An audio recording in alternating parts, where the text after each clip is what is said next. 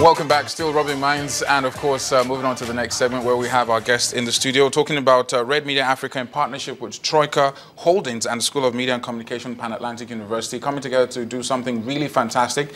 It's tagged the Red Summit, and of course this is the biggest Omni-Media Summit, well, till date. It's happening October 15th and 18th in Lagos, Nigeria. I have with me the Group Chief of Staff, Red Media, Remy Ogunkoya. Great to have you on board, Remy. Thank you very much. Looking very snazzy, my brother. Thank you. And Emeka Osai, who's the project manager as well, here with me. Thank you very much. I don't know, was there a traditional dress code I didn't get? I didn't get the memo. Maybe I'll come in try next time.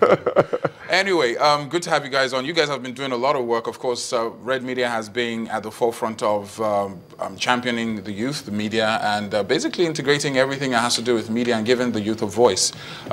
This collaboration is a very strong one. I mean, this Red Media in partnership with Troika Holdings and the School of Media and Communication, Pan Atlantic. Remy, tell us more about a bit about this.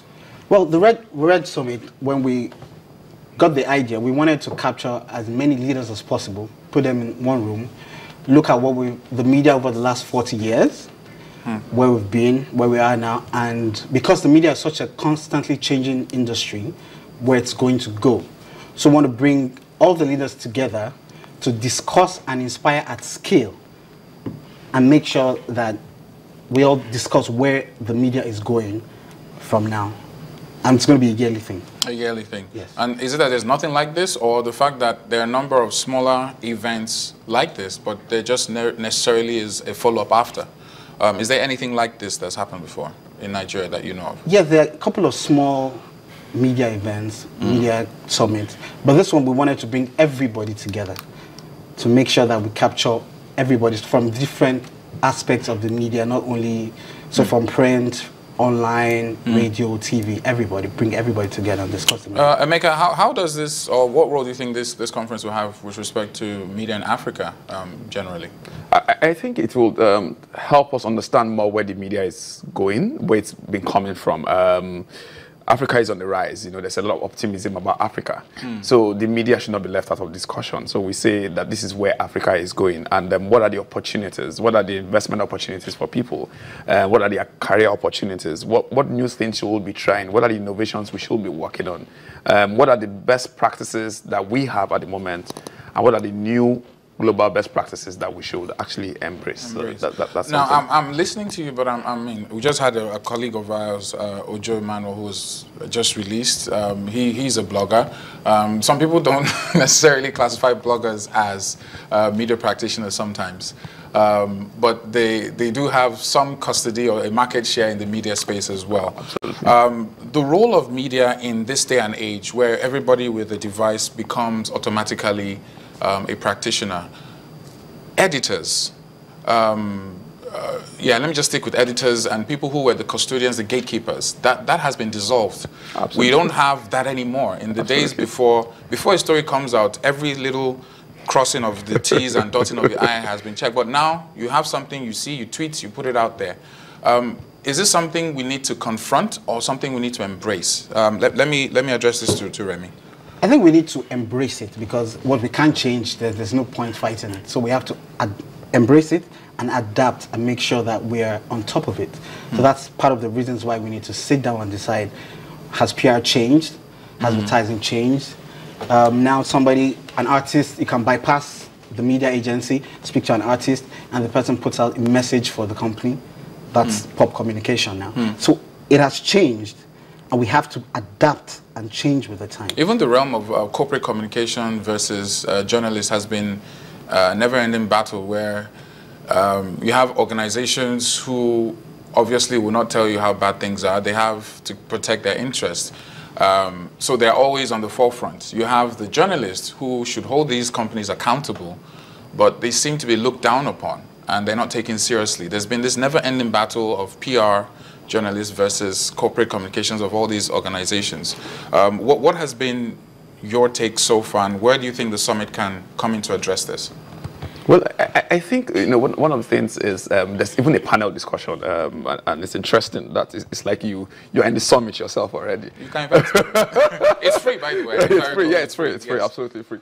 And those are the things we want to look at. Has communication changed? You know, have the walls been broken down? What are the conversations that are going on? What's the war that's going on at the moment? Is there really a war, or it's just we're just a misunderstanding or a break in communication between the communicators? Exactly. You know, so is that existing? You know, so we need to look at these things and have a conversation from different perspectives. So you know that's what we want to discuss at this summit as well. And who are the speakers we're expecting? I heard local speakers, foreign speakers. We have E.J. Nwokore, who is global CEO of both Orleans. We have Biodun Shobanjo, chairman of Troika Holdings. Yeah. We have Biola Labi. Quite a number of speakers. Okay. Over one. Yes, it's close to 50 speakers, over 50 speakers, and on different sessions. I heard there's an Oscar on you speaking there as well. Yes. That's me. Yes.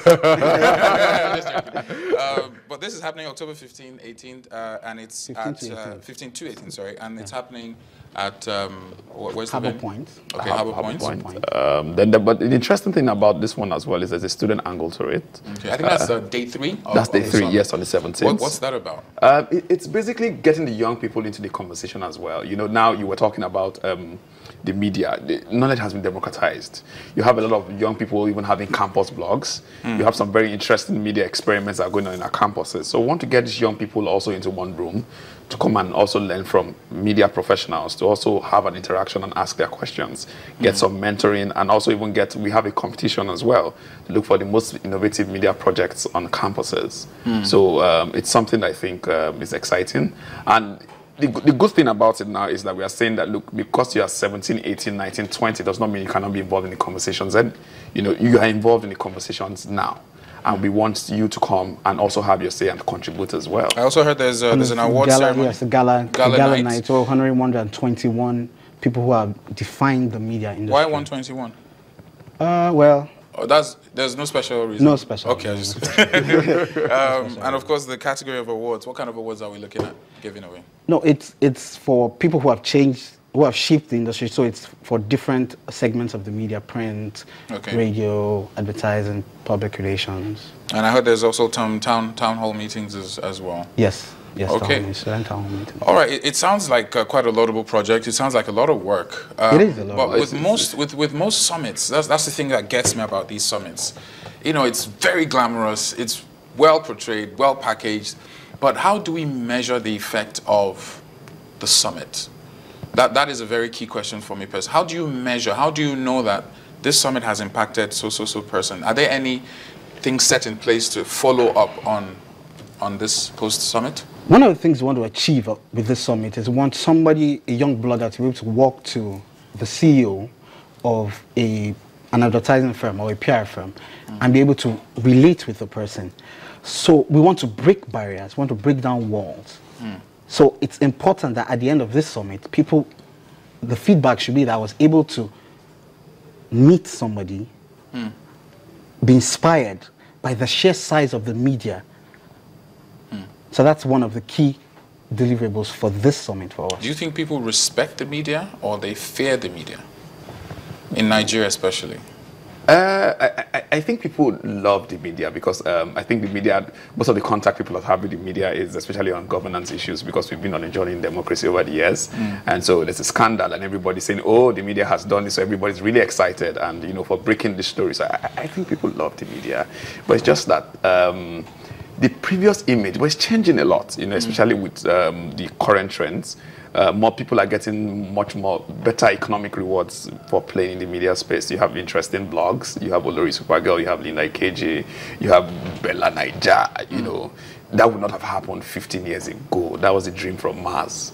But right now it's happening here. So that's something I think. Do you have a namesake in Nollywood? Yes, I have somebody who has my name. Because